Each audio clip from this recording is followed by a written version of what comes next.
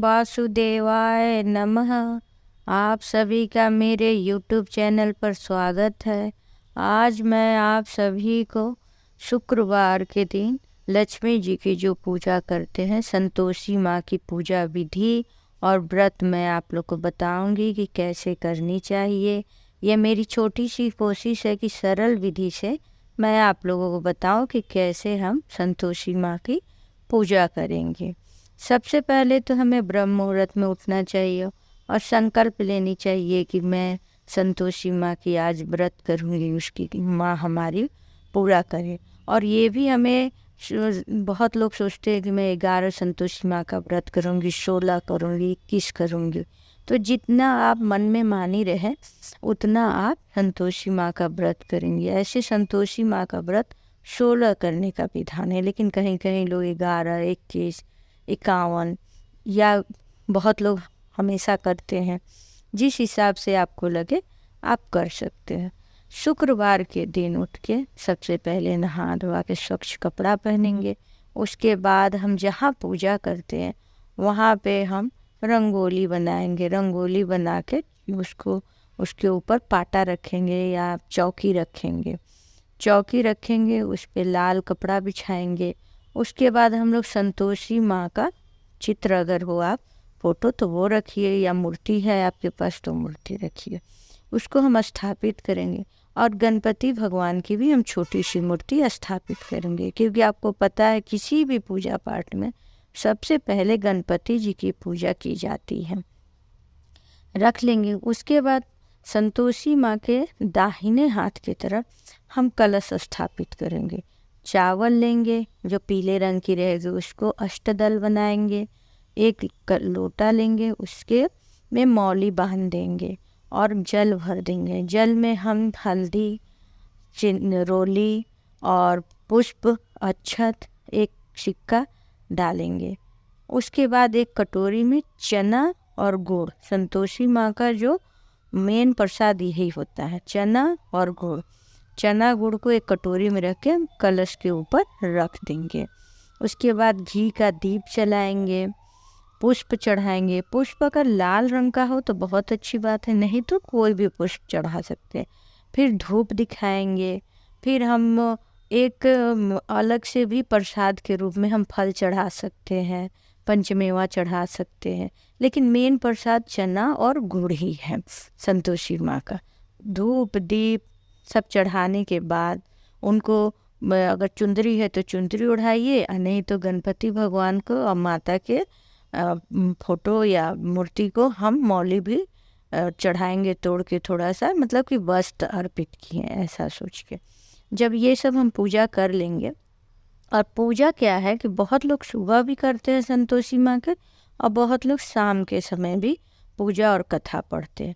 तो ये आपके ऊपर है, आपको जब टाइम मिले तब आप पूजा कर सकते हैं, या सुबह कीजिए या शाम को कीजिए। तो जब हम ये इतना पूजा कर लेंगे, उसके बाद से हम अपने हाथ में चना और गुड़ ले लेंगे।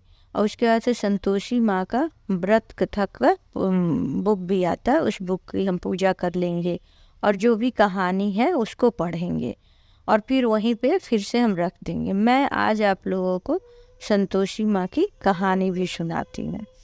हाथ में हम गुड़ और चना ले लेंगे और संतोषी माँ की कथा सुनेंगे। कथा इस प्रकार से है कि एक गांव में एक बूढ़ी माँ रहती थी। उसके 7 पुत्र थे। 6 पुत्र अच्छा से काम धाम करते थे, लेकिन 7वां पुत्र कुछ काम नहीं करता था। बूढ़ी माँ जो थी अपने 6 बेटों को पहले भोजन करा देती थी, और बाद में जो बचा खुचा खाना रहता था सबके जूठन, वो अपने 7वें पुत्र को देती थी खाने के लिए। लेकिन 7वां पुत्र कभी भी इस बात को न जानता था और न समझ पाता था। वह एक दिन अपनी पत्नी से बोला, मेरी माँ मुझे बहुत प्यार करती है, उसने मुझे अच्छे से भोजन कराती है, सबके बाद में अच्छे से। तो उसकी पत्नी बोली, नहीं ऐसी बात नहीं, आपकी माँ आपको सबका जूठन खाना देती है। उसे ये बात विश्वास नहीं हुआ। वह जाके एक छुप गया और खिड़की से देखने लगा। सच में उसकी माँ उसके भाइयों की बचे हुए जूठन खाना देती थी उसे खाने के लिए। उसे बड़ा दुख हुआ। वो गया तो उसकी माँ बोली, आ खाना खा ले। तो वो बोला, नहीं नहीं माँ, मैं परदेश जाने का कल सोच रहा हूँ। तो उसकी माँ बोली, अरे कल क्यों जाएगा, आज ही चला जा। वह उठ के चला गया और अपनी पत्नी से जाके बोला कि मैं काम नहीं करता, इसलिए मेरी माँ मेरे साथ ऐसा व्यवहार करती है, मैं परदेश जाना चाहता हूँ। उसकी पत्नी बोली, ठीक है आप परदेश तो जा रहे हैं, लेकिन कोई निशानी मुझे दे के जाइए जिससे मैं उसको देख के रहूँगी। उसने अपनी अंगूठी निकाली और अपनी पत्नी को दे दी और बोला, तुम संतोष के साथ रहना और सारे धर्म धर्म निभाना। वो बोली, आप निश्चिंत होके जाइए, मैं तो राम भरोसे यहाँ रह लूँगी, आप अपना परदेश निश्चिंत से जाइए। और वो बोला कि अरे मुझे भी तो कुछ निशानी दो। उस टाइम वो उपले बना रही थी, गाय का गोबर से उपले बना रही थी। तो बोली, मेरे पास तो कुछ है ही नहीं, मैं आपको क्या निशानी दूँ। उसने अपने उपले वाले हाथ अपने पति के पीठ पे थापा दे दिया। वो चला गया। जाते जाते वो शहर गया। शहर में उसे एक सेठ के यहाँ काम मिला और अच्छे से काम धाम वो करने लगा। धीरे धीरे वो सेठ उसको अपने साथ उसको अच्छे पैसे देने लगा। फिर पूरे काम धाम में उसकी साझेदारी हो गई, बहुत पैसा वो कमाने में। ऐसे करते हुए 12 साल बीत गए थे।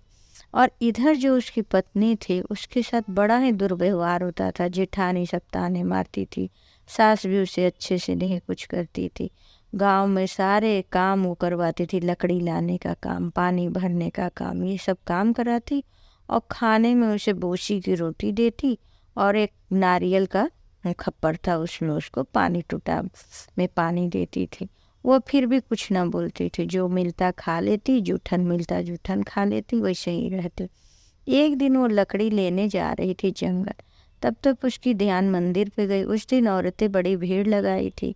वह चली गई, सबसे पूछने लगी क्या है, सब लोग आप लोग क्यों आए हैं। तो सब बताने लगी, आज शुक्रवार का दिन है, आज संतोषी माँ का हम पूजा करते हैं। जो भी संतोषी माँ की पूजा करते हैं उनकी सारी दुख दरिद्रता दूर हो जाती है।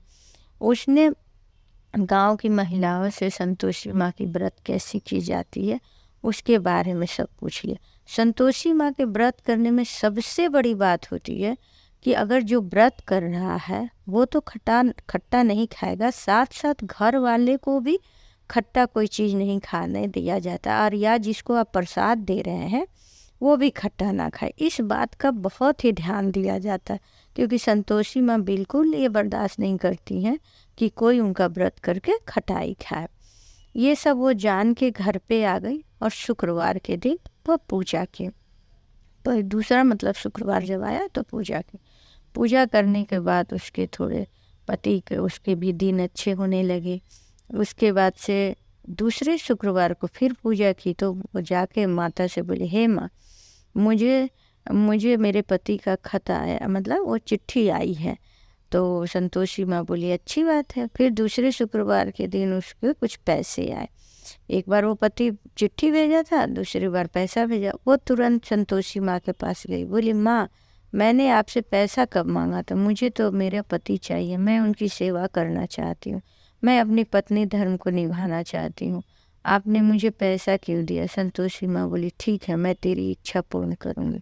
और उधर उसके पति के स्वप्न में जाके संतोषी माँ बोली, अरे तेरी पत्नी तेरा इंतज़ार कर रही है, तू अब जा। तो वो बोलता है कि माँ मैं कैसे जाऊँगा, क्योंकि मेरा तो यहाँ लेन देन हिसाब किताब इतना मैं उलझा रहता हूँ कि मुझे टाइम ही नहीं मिलता है कि मैं जाऊँ। तो फिर उसकी संतोषी माँ ने बताया कि जब तू कल दुकान खोलना तो एक घी का दीप मेरा नाम लेके जलाना, तेरी सारी समस्याएं दूर हो जाएगी और तुम्हें समय भी मिल जाएगा।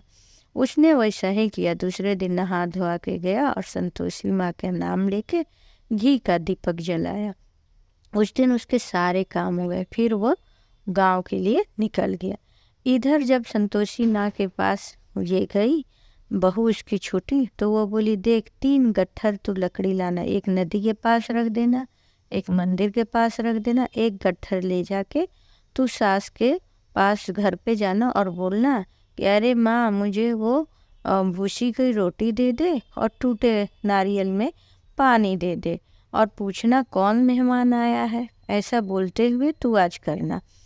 तो क्योंकि आज तेरा पति आने वाला है। उसने जैसे संतोषी माँ बताई थी वैसे ही की। दरवाजे पे जाकर वैसे ही अपने सास से बोलने लगी कि मुझे भूसी की रोटी दे दे और टूटे हुए नारियल के में पानी दे दे खप्पर में। तब तक उसकी सास निकली, बोली अरे बेटी तू ऐसा क्यों बोल रही है, आ तेरे लिए तो मीठी भात मैंने बनाई है, तू मीठी भात खा ले। तब वो बोलती है कि अरे माँ कौन आया है कि ऐसे बात कर, अरे तेरा पति आया है। जब उसका पति बाहर आया तो बोला ये कौन है, वो पहचान नहीं पाया। तो बोली अरे 12 साल हो गए, यही तो तेरी पत्नी है। फिर उसके हाथों में अंगूठी देख के वो पहचान लिया और बोला माँ मुझे दूसरे घर की चाबी दे दे। उसकी माँ चाबी दे दी गुस्से से। फिर वो लोग उस घर में रहने लगे। धीरे धीरे वो घर में बहुत अच्छे से भगवान की कृपा से धन धान्य से भर गया, बहुत अच्छे से रहने लगे। उनकी जेठानी देख के जलती थी और सास भी मोची उड़ाती थी। लेकिन अब जब वो खुश हुई तो बोली कि मैं संतोषी माँ का व्रत का उद्यापन करना चाहती हूँ। तो बोला हाँ हाँ करो, धूमधाम से करो। वो शुक्रवार के दिन संतोषी माँ का उद्यापन करने की और बुलाई अपने जेठ के लड़के को।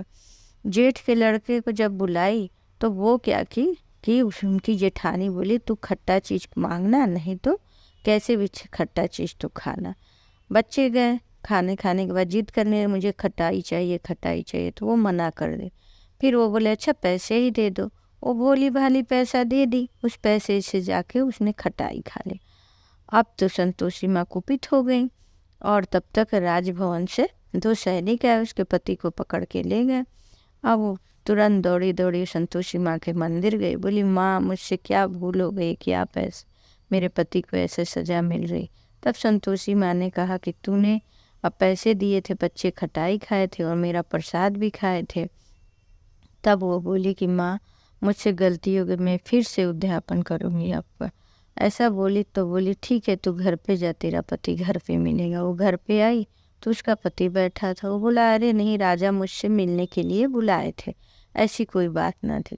और दूसरी बार फिर उद्यापन की तैयारी की और जेठ के बच्चों को बुलाने की। फिर बच्चों को उनकी माँ ने यही सिखाया कि तू खटाई मांगना। बच्चे आए खटाई मांगने का जिद करने लगे।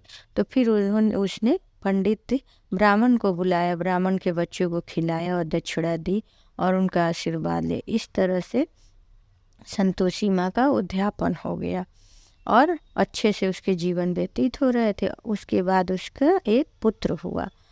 वो पुत्र को लेकर हर शुक्रवार को मंदिर जाया करती थी। एक दिन संतोषी माँ बोली यही मेरे घर आती रहती है, चलो मैं इसके घर घूम के आती हूँ। संतोषी माँ विकराल मुंह बना के अजीब सा उसके ससुराल में गई। उसकी सास जब देखी तो गुस्से से एकदम ये हो गई, अरे ये कौन है, तो बहुत बड़ी डांकनीन है, बच्चों को ये कर लेगी। ये सब डरने लगे और तब तक वो उसको छोटी बहू जो है वो तुरंत पहचान गई कि अरे ये तो ये संतोषी माँ है। तुरंत पाँव में पे गिर गई और धीरे से पूरे घर के दरवाजे खोल दिए। फिर खिड़की दरवाज़ा खोली, तब उसमें माँ का असली स्वरूप दिखने लगा। सब लोग उनके चरणों में गिर गए। उसकी जेठानी सास सब। जेठानी बोली मैंने आपके पूजा में विघ्न बाधा डाला था, मुझे माफ़ कर दीजिए। सब लोगों ने माफ़ी मांगी और संतोषी माँ की पूजा की विधि को पूछा जाना किया और सबके घर धन्य धान से भर गए और सब मिलजुल के रहने लगे। इस प्रकार संतोषी माँ की व्रत कथा पूरी होती है। और जो हम चना और गुड़ हाथ में लेके कथा सुनते हैं उसे एक अलग कटोरी में रख देंगे और उसको हमको गाय माता को देनी रहती है। आप तुरंत दे सकते हैं या बाद में भी उसको दे सकते हैं। आप संतोषी माता का व्रत आप करते हैं तो एक टाइम आप भोजन कर सकते हैं। तो शाम के समय आप भोजन आरती कर कीजिए संतोषी माँ का और उसका से आरती करने के बाद आप भोजन कर सकती हैं। और जब आप भोजन कर दूसरे दिन है तो आप संतोषी माँ का आप भी प्रसाद जरूर ग्रहण कर लें। इस प्रकार संतोषी माँ का व्रत हम करते हैं। उद्यापन जब करना रहता है तो हमको इसमें बालकों को बुलाना रहता है। संतोषी माँ के व्रत में तो बालक को बुला के 7, 9, 11, 21 जो भी जितने बालक मिल जाए उनको हमको मीठे भोजन कराना चाहिए और उनसे प्रार्थना करनी चाहिए या उन बच्चों को बताना चाहिए कि हम उद्यापन में आपको खिला रहे हैं, आप खट्टा चीज़ कुछ भी ना खाएं। और फिर बच्चों को गिफ्ट दीजिए आजकल अगर मन है तो, नहीं तो दक्षिणा स्वरूप पैसा दीजिए और उनका आशीर्वाद लीजिए। इस तरह आप उद्यापन कर सकते हैं और ये आपके ऊपर है कि आप कितने दिन के लिए संतोषी माँ का व्रत करना चाहते। इस प्रकार हम संतोषी माँ का व्रत करते। दूसरे दिन जब हम संतोषी माँ का वो चौकी हटाते हैं तो गणपति भगवान को और संतोषी माँ को फिर वही रख देते हैं मंदिर में ही, और जो कलश में जल रहता है उसके पूरे घर में छिड़काव कर देते हैं, और जो भी जल रहता है कलश में वो तुलसी जी में हम डाल देते हैं। तो इस प्रकार से हम संतोषी माँ का व्रत करते हैं। आपको मेरे ये बताए सरल विधि जो मैं बताई हूँ आपको कैसी लगी? अगर अच्छी लगी है तो आप चैनल को सब्सक्राइब करें, लाइक करें, शेयर करें और मेरी कथा सुने। ओम वासुदेवाय नमः।